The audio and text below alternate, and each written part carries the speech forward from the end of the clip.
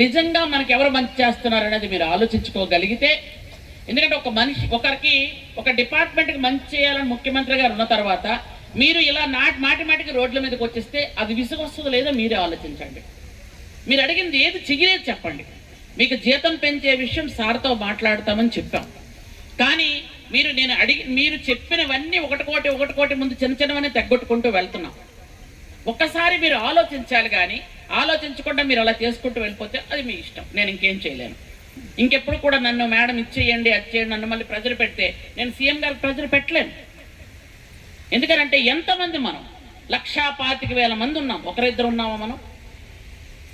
మనం ఇంతమంది ఉన్నాం, ఇంతమంది చక్కగా సక్రమంగా ఉద్యోగం చేసుకెళ్తున్నాం.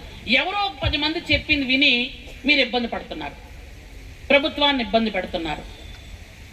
మీరు చెప్తుంది ప్రభుత్వం అన్నీ చేస్తున్నప్పుడు ప్రభుత్వం మీద యాంటీగా ధర్నాకు మీరు వస్తే ప్రభుత్వం ఏ విధంగా ఆలోచిస్తుందో మీరు ఆలోచించండి ఒకసారి.